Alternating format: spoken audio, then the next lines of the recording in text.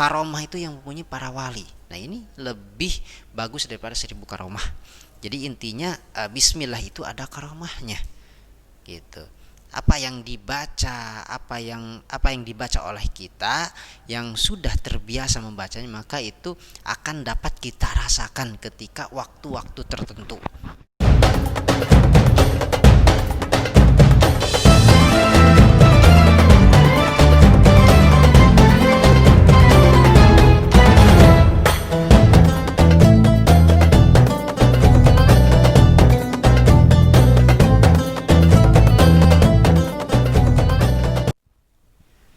Assalamualaikum warahmatullahi wabarakatuh. Sahabat-sahabat YouTube channel Ahmad Fatah Official 25. Alhamdulillah kita bisa bertemu lagi di channel ini. Kali ini saya akan berbagi sedikit pengalaman, sedikit ilmu ya. Atau memberikan suatu amalan yang mudah-mudahan amalan ini bisa bermanfaat ya sahabat, amin. Untuk yang baru bergabung di channel ini, jangan lupa untuk dukung channel ini dengan menekan tombol subscribe dan aktifin lonceng notifikasinya supaya jika ada video terbaru bisa update dan mudah-mudahan bisa bermanfaat ya sahabat ya. Oke, jadi saya akan memberikan suatu amalan yang mudah-mudahan bermanfaat sahabat untuk kita semua ya. Dan ngomong-ngomong, kenapa saya sering pakai sorban ini terus di sebelah kiri, ini tabaruk saja ya. Jadi bukan karena saya bukan karena saya alim atau gimana, bukan. Karena saya tabaruk aja seperti itu ya. Saya bukan orang alim, saya bukan orang pintar, tapi mengalap berkah dari apa yang pernah guru sampaikan. Jadi ketika memakai sorban riddah ya seperti ini, maka dipakainya di sebelah kiri gitu. Tapi ada juga yang memakai di sebelah kanan, ada dan lain sebagainya. Ada juga di kepala diikat, ada gitu kan. Tapi yang saya terima di sebelah kiri. Oke, yang kita bahas adalah amalan ya. Nah, sebelum saya menjelaskan amalan, kita mungkin sering mendengar dengan kata-kata rotib, wirid, dan hijib. Nah, jadi seperti ini sahabat. Jadi saya akan jelaskan sedikit ya tentang amalan. Ada yang dinamakan zikir, ada di video saya sebelumnya perbedaan antara zikir, wirid, hijib, dan rotib ya, seperti rotibul haddad seperti itu. Nah, jadi saya dulu ketika mondok ya dikasih amalan, mungkin bisa dibilang seperti itu, dikasih amalan. Tidak susah juga, sahabat tahu lah, insya Allah sahabat tahu dan yakin umat Islam tahu ini. Apa itu? Yaitu Bismillahirrahmanirrahim itu. Nah, jadi sebelum saya menuturkan lebih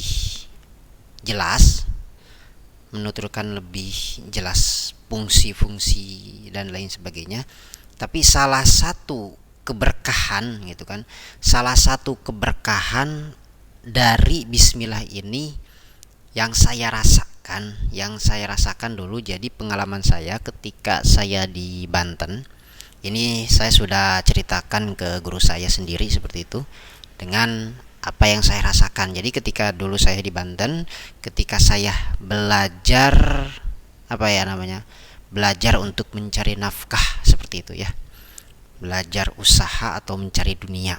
Nah, seperti itu. Saya sering kali ketika sholat isya ya, itu tengah malam, semisal jam 12, jam 1, pokoknya tengah malam lah. Sehingga mungkin ada beberapa masyarakat yang sering melihat saya ke masjid seperti itu malam-malam dan lama. Karena saya jujur, saya paling suka kalau mengamalkan zikir-zikir atau wirid-wirid meskipun badan saya bisa dibilang lemah. Karena begini sahabat, ada beberapa amalan-amalan hijib-hijib atau wirid yang memang tidak tidak sesuai dengan badan kita atau tidak cocok, sehingga kita bisa menyebabkan badan kita lemah dan sakit. Dan itu saya dulu sering sekali sakit karena mungkin bisa dibilang terlalu banyak wirid atau zikir seperti itu. Dan alhamdulillah saya lepaskan satu-satu yang dirasakan bukan tidak penting, tetapi tidak terlalu, bisa dibilang tidak terlalu penting seperti itu ya. Penting tapi tidak terlalu penting, karena itu kan berkaitan dengan amal-amaliyah yang memang kedekatan dengan Tuhan. Jadi kita tidak boleh menyebut tidak penting. Mungkin ada yang lebih penting yang saya selalu dawamkan seperti itu. Jadi ketika saya dulu di Banten, saya hendak keluar ketika saya mau kasab seperti itu, bila belajar mencari nafkah. Ketika kaki saya mau melangkah dengan kaki kanan mau keluar seperti itu, langsung seperti ada yang masuk ke tubuh saya, ada yang mendorong kuat ke tubuh saya, sehingga pada waktu itu saya tidak bisa apa-apa, bahkan sampai saya tidak bisa ngomong. Apa yang saya rasakan? Yang saya rasakan adalah sakit, seperti ada yang masuk ke dalam tubuh saya. Padahal itu siang itu bukan malam, siang, sekitar jam 9 lah, jam 8 atau jam 9, saya agak lupa lagi. Nah itu seperti ada yang masuk ke tubuh ini, dan saya pencet ini, itu saya kerasa perut itu keras banget gitu kan. Nah sudah itu ada teman saya saksinya, dan mungkin teman saya kira saya bohongan, saya ngerjain dia, padahal enggak sama sekali. Itu di situ saya merasakan benar-benar sakit yang luar biasa, sampai-sampai saya nggak bisa ngomong, nggak bisa diuk, nggak bisa, pokoknya yang saya rasakan adalah sakit sekali. Ya, sehingga sempat ada pikiran seperti ini, ya Allah, jangan matikan saya di sini. Sampai saya bicara seperti itu, saking benar-benar sakit yang saya rasakan. Itu sakitnya, itu sakit benar-benar serasa ada yang masuk ke tubuh saya gitu kan, ada yang masuk, sehingga saya langsung ingat ke mama saya gitu kan, ke ibu saya, ke keluarga gitu. Gimana kalau saya sampai istilah kasarnya meninggal di tempat itu? Astagfirullahaladzim, saya nggak bisa bayangkan seperti itu ya. Nah ketika saya beberapa menit benar-benar merasakan sangat kesakitan benar-benar. Nah di situ ada, kalau bahasa Sunda ada ilafat gitu, ada ilafat pikiran. Langsung saya ingat guru saya di pesantren, langsung secara otomatis itu ingatnya, baca amalan yang sudah biasa kamu baca, seperti itu, yang biasa kamu baca. Saya langsung ingat, oh saya punya amalan yang tidak pernah saya tinggalkan adalah bismillah. Di situ yang pertama, bahkan untuk mengucapkan saya hampir tidak bisa gitu kan, hampir tidak bisa. Tetapi saya usahakan untuk lisan saya untuk bisa. Ini mungkin tidak bisa tidak seperti ini bacanya bismillahirrahmanirrahim, tapi agak terbata-bata karena saking susahnya. Saya mencoba untuk membaca 11 kali ya, 11 kali. Terus saya usap ke badan saya yang sakit, didiin, langsung saya buang. Nah itu agak sedikit reda. Terus saya baca lagi 11 kali. Di situ ketika saya dari perut ke sini dan saya buang gitu, agak lebih reda. Dan ketiga kalinya ketika saya baca 11 kali, maka hilang seketika, sama sekali tidak ada tidak ada bekasnya, tidak ada sama sekali. Nah itu salah satu keajaiban keberkahan bismillahirrahmanirrahim. Seperti itu sahabat. Nah jadi saya mendawamkan bismillah 11 kali sesudah maghrib, alhamdulillah tidak pernah kelewat. Kalaupun kelewat saya dikodok ya, kodok, karena wajib seperti wajib, karena sudah menjadi keistiqomahan. Yang harus kita ketahui adalah istiqomah itu al istiqomatu khairum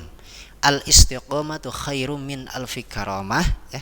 Istiqomah itu lebih bagus daripada 1000 karamah. Yang kita ketahui kan karamah itu yang mempunyai para wali. Nah, ini lebih bagus daripada 1000 karamah. Jadi intinya bismillah itu ada karamahnya gitu.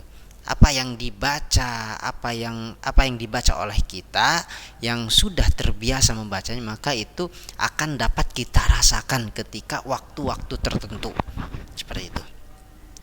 Nah, dulu ketika saya menerimanya, kata guru saya seperti ini: baca bismillahirrahmanirrahim minimal 3 kali atau 11 ya, bisa dalam hitungan 11 atau 21 kalau tidak salah, atau 100 atau 1000 seperti itu. Dan ketika kita mempunyai hajat, maka baca 12.000 dalam satu malam. Insya Allah apa yang kita hajatkan itu bisa terlaksana, Allah bisa mengijabahkan. Nah, kemudian ada beberapa mungkin pertanyaan secara umum seperti ini. Ada orang kesurupan misal gitu kan. Misal ada orang kesurupan nih. Kita sudah baca ini, baca itu, baca ini, baca itu, tapi tidak mempan seperti itu. Wah, ini mah jinnya sakti. Ini mah jinnya begini, dibacain Al-Quran tidak panas. Bukan sahabat, bukan seperti itu. Ada beberapa faktor yang bisa menyebabkan kenapa bacaan itu tidak mempan. Yang pertama, hati. Itu bisa hatinya kotor ya, mohon maaf, tapi bisa jadi faktornya dari sana, kotor seperti itu. Kotor itu maksudnya tidak ikhlas dan tidak yakin ya, seperti itu. Kemudian memang dari tadi ya, keyakinan. Salah satu kotor itu adalah keyakinan. Yang kedua salah satu penyebabnya adalah tidak adanya ijazah. Jadi seperti ini sahabat. Ada yang dinamakan amalan-amalan yang ijazah, ada yang tidak. Memang ya, Al-Qur'an dan sholawat itu tidak perlu ijazah, tetapi di ijazah itu ada plusnya. Nah, apa itu plusnya? Saya kasih contoh seperti ini. Bismillahnya orang ahli hikmah atau orang yang bisa, atau Fatihahnya orang bisa atau ahli ruqyah atau lain sebagainya, atau yang disepuhkannya. Kenapa itu bisa lebih manjur daripada orang biasa yang membacanya? Itu kan pertanyaannya. Padahal sama saja yang dibacakan Al-Fatihah, Bismillah dan sebagainya. Mungkin kita sering dengar ya, orang tua dulu gitu kan, baca Bismillah itu bisa terbang seperti itu. Nah, itu karena memang siapa yang membacanya seperti itu. Nah, fungsinya ijazah yang saya ketahui adalah supaya ada robitoh ya. Robitoh itu jadi bukan hanya robitoh dalam urusan nasab ya, bukan, tapi robitoh itu adalah keterkaitan. Misal saya mendapatkan bismillah ini dari guru saya. Nah, guru saya dari guru saya, sanad ilmu seperti itu. Nah, apa yang kita baca itu mungkin bisa sama kemampuannya sama orang yang membaca atau mujiz ya, atau orang yang mengijazah ya, seperti itu. Berbeda dengan yang langsung kita baca Bismillahirrahmanirrahim. Nah, itu kurang manjur karena memang tidak ada robitoh seperti itu, tidak ada keterkaitan, tidak ada ketersambungan gitu, seperti itu. Nah, ini yang diperlukan adalah ketersambungan sahabat, seperti itu. Bacanya Fatihah yang diijazahkan secara langsung dan tidak diijazahkan, misalnya membaca Bismillah atau Fatihah biasa, itu beda seperti itu. Nah, itu pentingnya ijazah seperti itu. Sholawat dan Al-Quran itu memang tidak perlu diijazahi ya. Nah, kecuali seperti ini, tapi tetap kan ada bimbingan dari guru seperti ini. Orang yang ingin mentirakati Bismillah, Fatihah gitu kan, tapi kan intinya tetap dapat ijazah dari guru. Nah, bismillah ini harus dibaca sekian, misalnya sekian, seminggu atau sebulan atau bahkan 6 bulan. Kalau untuk orang biasa itu 6 bulan. Nah, itu bisa ada efeknya, sudah ada bisa efeknya seperti itu. Jadi tidak langsung dibaca. Kita misalnya ada bacaan ya, kita tidak secara istiqomah bacanya. Nah, itu tidak semanjur bacaan yang secara dibaca istiqomah. Nah, atau orang yang memang tadinya sudah istiqomah, kemudian ada bacaan yang baru, tetapi bisa manjur. Nah, apa? Karena karomah yang sudah biasa dibaca, sehingga apa yang baru dibaca juga itu dapat keberkahan dari apa yang sudah dibaca, diijazahkan. Nah, jadi tujuan saya membuat video ini, sahabat, mungkin sahabat ingin mengamalkan gitu kan, ingin mengamalkan sesuatu amalan yang bingung, apa sih yang harus saya baca gitu kan. Nah, dari guru saya jangan banyak-banyak, yang penting istiqomah, karena yang diperlukan adalah istiqomahnya. Jangan ayat yang panjang gitu. Maksudnya jangan itu karena untuk orang biasa mungkin terlalu berat ya kalau untuk mengistiqomahkan, maka bacalah bismillahirrahmanirrahim, karena keberkahnya sangat banyak dan itu multifungsi. Yang saya rasakan bukan hanya kisah yang tadi ya, kisah nyata itu terserah sahabat semua ya, mau percaya atau tidak itu terserah ya. Nah, jadi bukan hanya itu, tapi untuk mengobati kesurupan, dan itu dulu pernah saya praktekkan juga, dan alhamdulillah bisa sembuh lah, bisa keluar seperti itu. Ada nih uak saya kesurupan dibacakan ama apa ya, ama lakinya uak saya gitu kan, dibacakan ini itu tidak mempan, tapi saya mengamalkan bismillah dan beberapa ayat ya, alhamdulillah itu keluar. Nah, itu perbedaan antara diijazah atau tidak. Nah, di sini mungkin sahabat ingin mengamalkan bismillah minimal 3 atau 11 dalam sehari ya, atau 21 atau 100, silahkan pilih, mau pilih yang mana, yang penting istiqomah. Nah, insya Allah ini kan saya dapatkan dari guru saya, dan guru saya dari guru saya dari guru saya dari guru saya ila muntaha, seperti itu. Jadi insya Allah ada berkahnya, sahabat. Silahkan yang ingin mengamalkan, dan kata guru saya ini bisa dirasakan ketika kita sudah istiqomah secara 6 bulan. Gimana kalau lupa? Nah, kalau lupa itu di di qadha seperti itu. Dan ini bisa kita rasakan ketika sesuatu yang terjadi, entah itu ke diri kita maupun ke keluarga kita. Misalnya ada orang yang ingin ya meminta doa kepada kita, maka bacakan bismillah itu, bacakan. Entah itu 11, 41, tapi biasanya kalau ahli hikmah biasanya itu kan yang saya dapat itu 41. Bismillah 41 kali gitu. Baca bismillah 41 dengan keyakinan yang benar-benar yakin, insya Allah gitu, insya Allah sembuh. Atau anak yang rewel, insya Allah tidak rewel lagi atau tidak nangis di tengah malam. Nah, itu sahabat, mudah-mudahan ini ada manfaatnya. Itu silahkan yang mau mengamalkan, karena ini tidak apa ya, ada beberapa amalan yang memang harus secara khusus diijazahkan, ada secara umum. Sekian dari saya, billahi taufiq wal hidayah, wallahu a'lam. Wassalamualaikum warahmatullahi wabarakatuh.